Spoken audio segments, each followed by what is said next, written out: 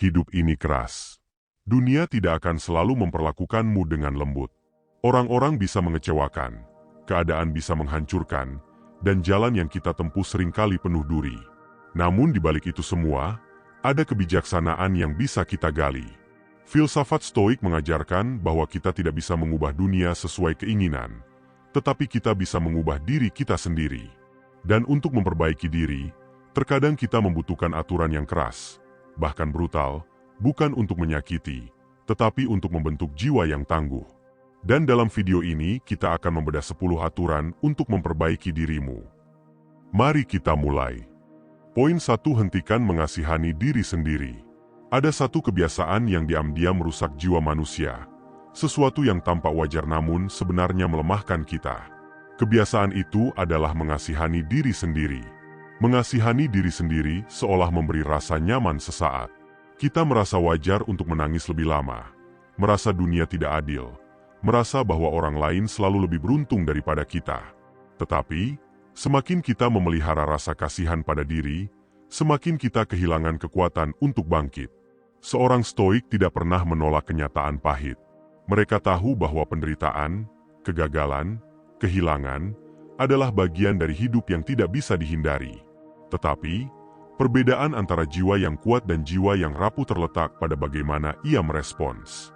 Marcus Aurelius pernah menulis, "Jangan buang waktumu mengeluh tentang kesulitan, karena dunia tidak peduli pada ratapanmu.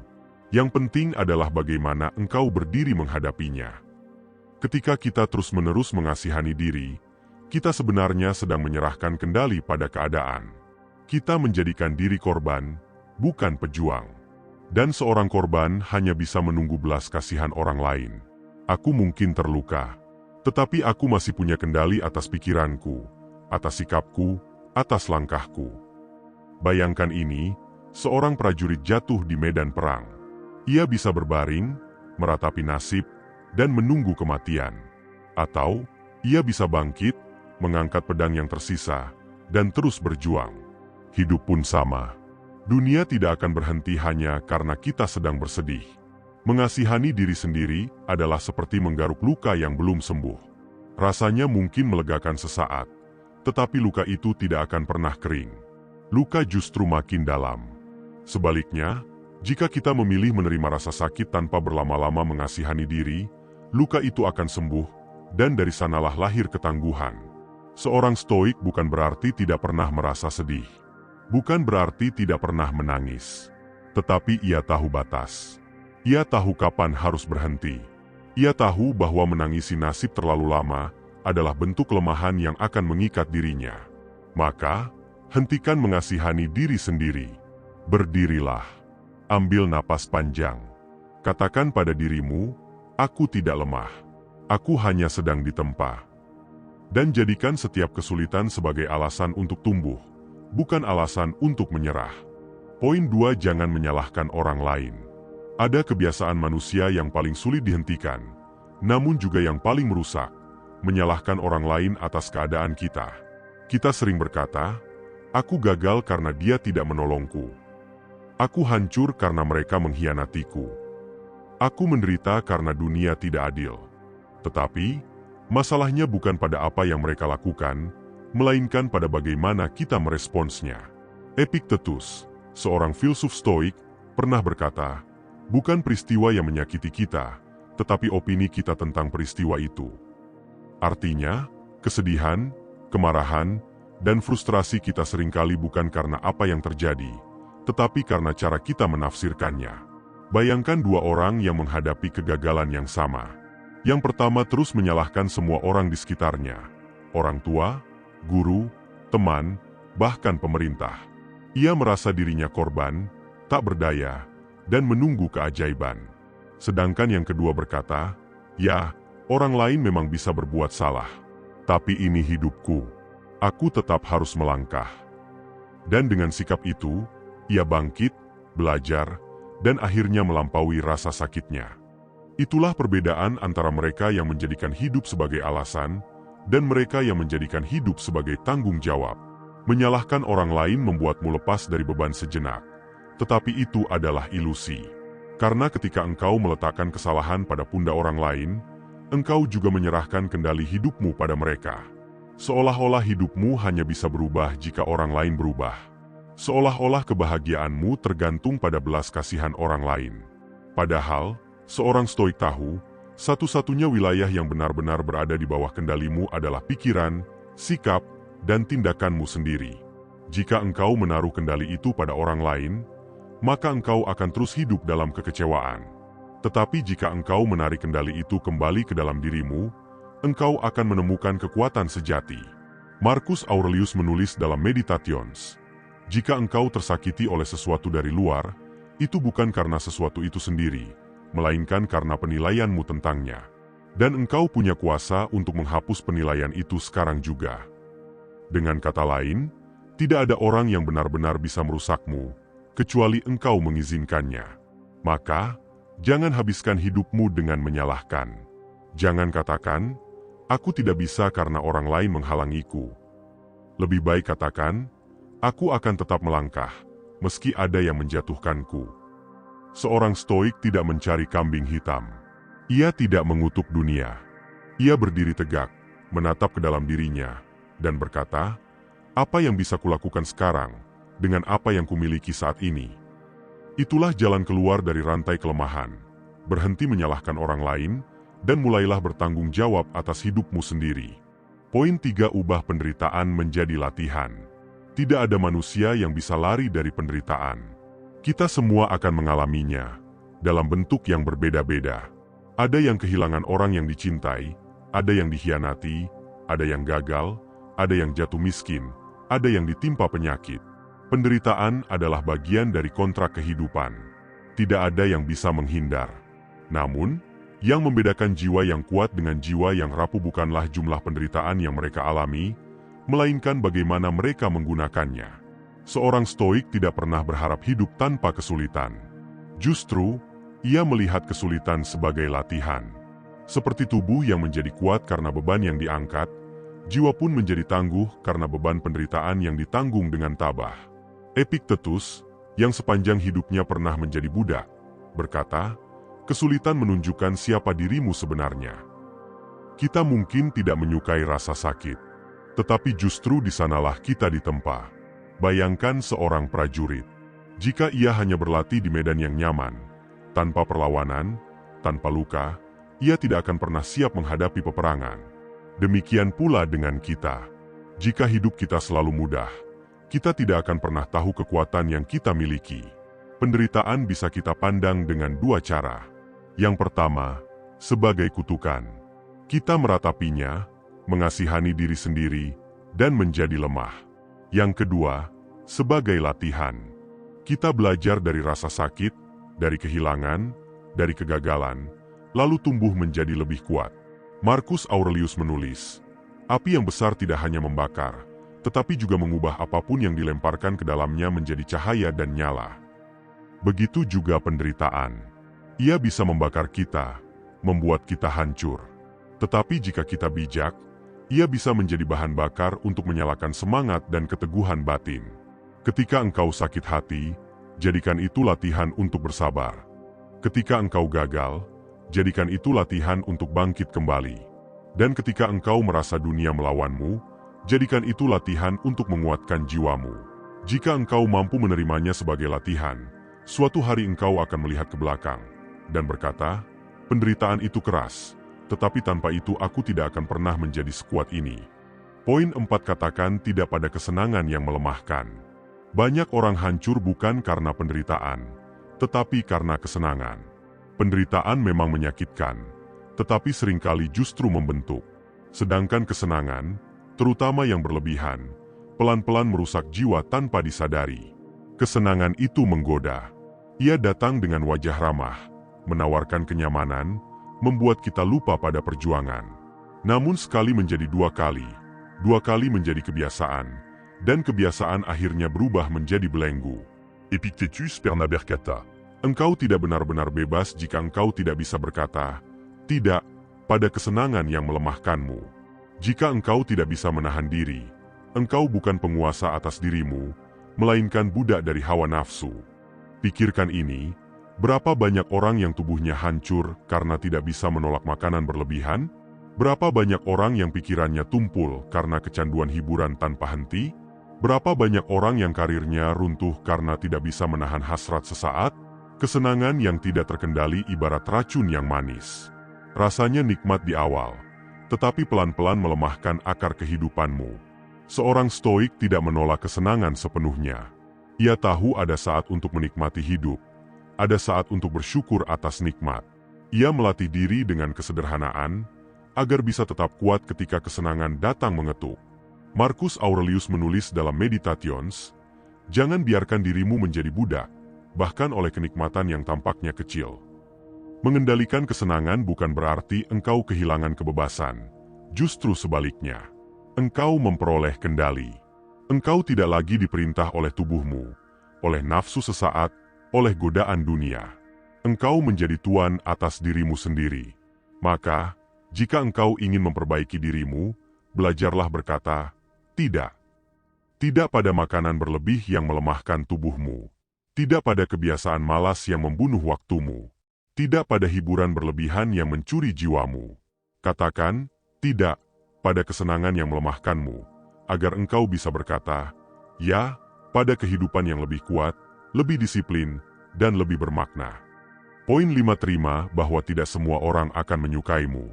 Salah satu ilusi terbesar dalam hidup adalah keyakinan bahwa kita bisa membuat semua orang menyukai kita.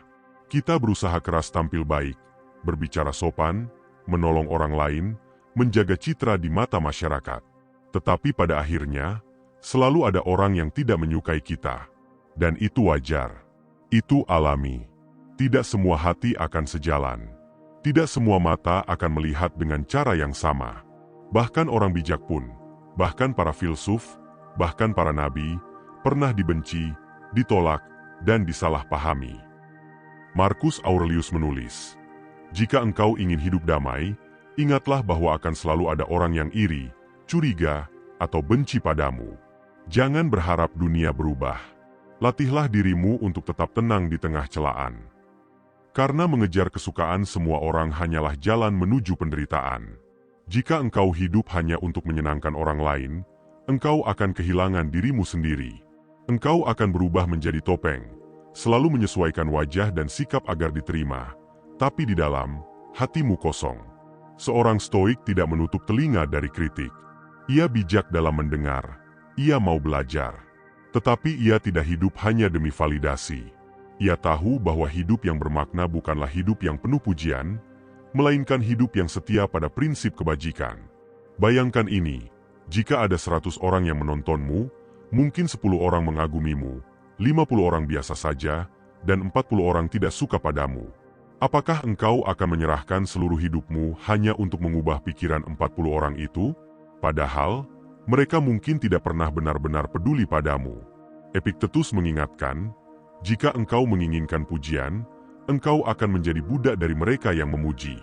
Jika engkau takut dicela, engkau akan menjadi budak dari mereka yang mencela. Maka, kebebasan sejati adalah ketika engkau tidak lagi terikat oleh pendapat orang lain.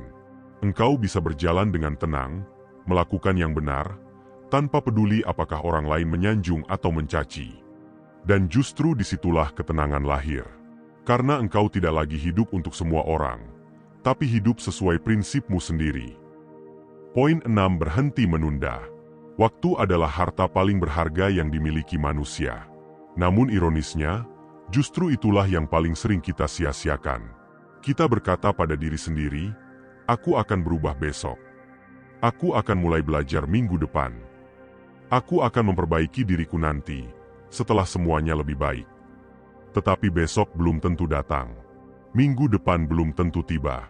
Dan, nanti, seringkali hanyalah kata lain untuk tidak pernah.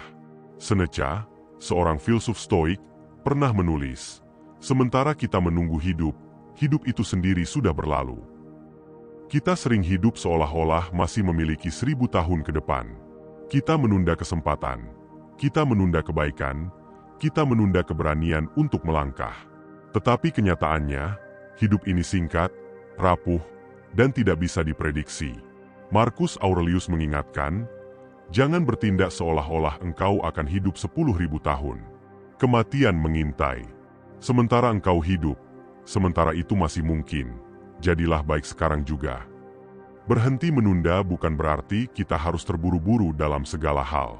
Stoik bukan tentang tergesa-gesa, melainkan tentang kesadaran. Kesadaran bahwa setiap hari adalah kesempatan. Kesadaran bahwa apa yang bisa dilakukan hari ini, jangan diserahkan pada esok yang belum pasti. Pikirkanlah, berapa banyak orang yang berkata, "Aku akan meminta maaf nanti," lalu tidak pernah sempat melakukannya? Berapa banyak orang yang berkata, "Aku akan mengejar mimpiku suatu hari," lalu hari itu tidak pernah datang? Berapa banyak orang yang menunda untuk hidup, hingga akhirnya hidup mereka berakhir tanpa pernah benar-benar dimulai? Seorang stoik tidak mau hidup dalam penundaan. Ia tahu bahwa waktu adalah pedang yang terus menebas, detik demi detik. Dan setiap detik yang hilang, tidak akan pernah kembali. Maka, berhentilah menunda. Mulailah membaca buku yang selama ini ingin kau baca. Mulailah memperbaiki hubungan yang retak. Mulailah melatih kebiasaan baik yang kau tahu akan mengubah hidupmu. Karena jika engkau menunggu waktu yang sempurna, engkau tidak akan pernah mulai. Waktu terbaik untuk memperbaiki diri adalah sekarang. Waktu terbaik untuk hidup dengan benar adalah hari ini. Poin 7. Jangan takut sendiri. Manusia pada dasarnya adalah makhluk sosial. Kita butuh orang lain untuk berbagi, untuk tumbuh, untuk merasa hidup. Tetapi ada satu kelemahan yang sering menjebak kita, rasa takut akan kesendirian. Kita takut jika tidak ada yang menemani. Kita takut jika harus makan sendirian, berjalan sendirian, atau menjalani hidup tanpa dukungan siapapun. Seolah-olah nilai kita ditentukan oleh jumlah orang di sekitar kita.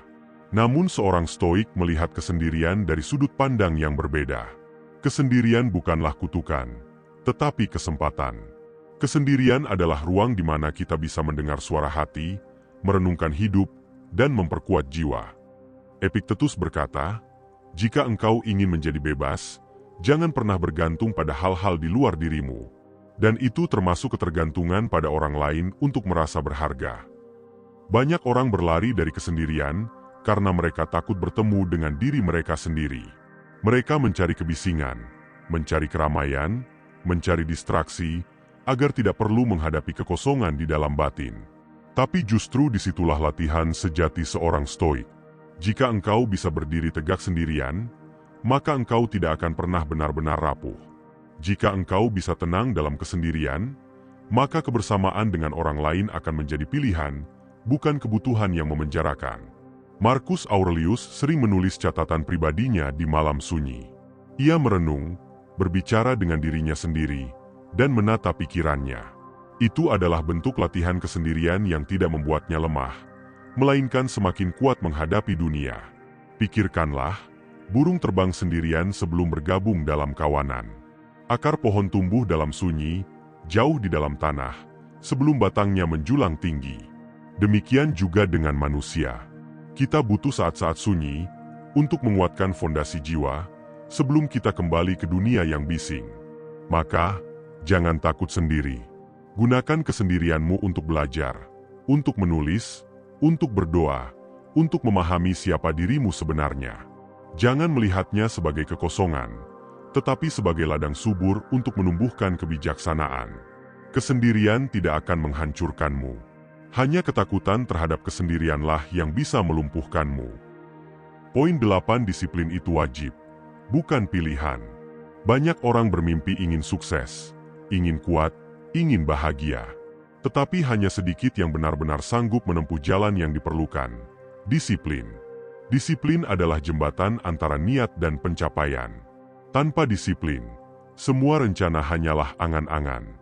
Seorang stoik memahami bahwa disiplin bukan sekadar kebiasaan, tetapi fondasi hidup. Mengapa? Karena dunia ini penuh godaan.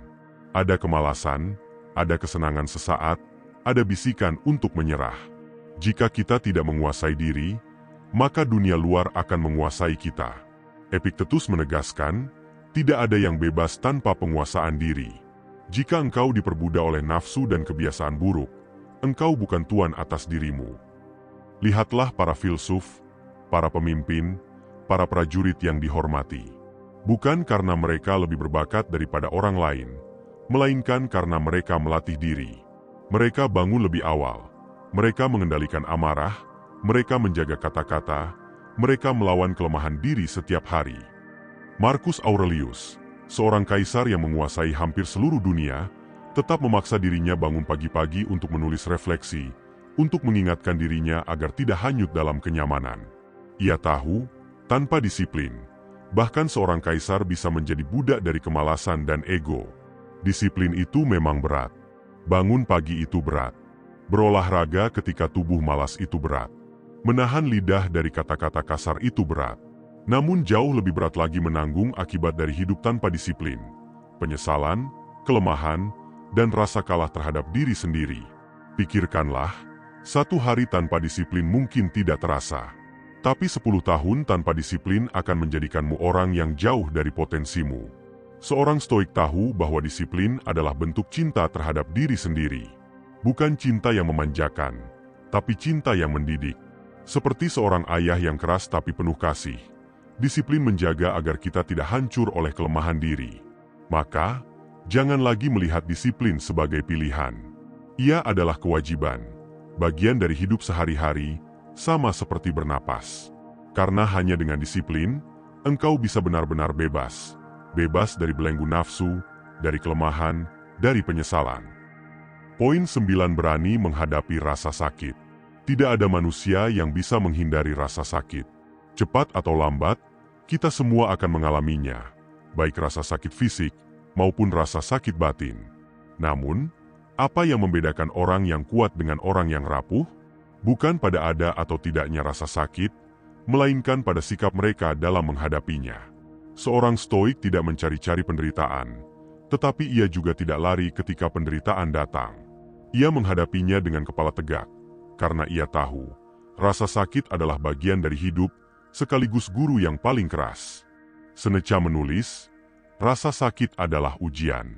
Ia menyingkap apakah engkau benar-benar memiliki kebajikan, atau hanya sekadar berbicara tentangnya. Lihatlah tubuh manusia. Otot hanya bisa kuat jika dilatih dengan beban. Demikian juga jiwa. Ia hanya bisa tegar jika diuji dengan kesulitan. Tanpa rasa sakit, tidak ada pertumbuhan. Tanpa penderitaan, tidak ada ketangguhan. Marcus Aurelius pernah berkata kepada dirinya sendiri, "Jika engkau menderita karena sesuatu di luar kendalimu, ingatlah, penderitaan itu hanya sejauh pikiranmu membiarkannya." Artinya, seringkali bukan rasa sakit itu sendiri yang menghancurkan kita, melainkan pikiran kita yang membesarkannya.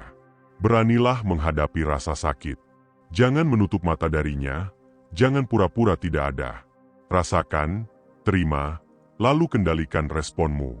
Sakit hati karena dikhianati? Terimalah bahwa orang lain bisa bertindak di luar kendalimu. Gunakan luka itu untuk memperkuat batinmu. Sakit tubuh karena penyakit atau kecelakaan? Terimalah bahwa tubuh memang fana. Lalu latih pikiranmu untuk tetap tegar. Epictetus, yang hidup sebagai budak dan kakinya pernah patah akibat disiksa, berkata, "Engkau bisa melukai tubuhku, tapi tidak bisa menyentuh kehendakku." Itulah kekuatan sejati seorang stoik, membedakan antara apa yang bisa disentuh dunia luar dan apa yang tetap berada di dalam kendali jiwa. Maka, jangan takut pada rasa sakit. Sambutlah ia sebagai ujian, sebagai pengingat bahwa engkau masih hidup, sebagai kesempatan untuk membuktikan keberanianmu. Karena pada akhirnya, rasa sakit hanyalah tamu sementara, tetapi keteguhan yang lahir darinya akan tinggal selamanya. Poin 10, kendalikan egomu. Ego adalah musuh terbesar manusia. Ia berbisik halus di telinga, "Kau lebih hebat dari mereka." Ia membakar dada dengan kesombongan ketika dipuji, dan ia melukai hati dengan kemarahan ketika dihina. Seorang stoik tahu bahwa jika ia tidak mampu menguasai egonya, maka hidupnya akan dikuasai oleh emosi yang liar. Marcus Aurelius, seorang kaisar yang bisa memiliki segalanya, tetap menulis untuk mengingatkan dirinya sendiri, "Jangan biarkan dirimu mabuk oleh kekuasaan. Ingatlah, engkau hanyalah manusia, fana, dan sebentar lagi akan kembali ke tanah." Ego membuat kita haus akan pengakuan.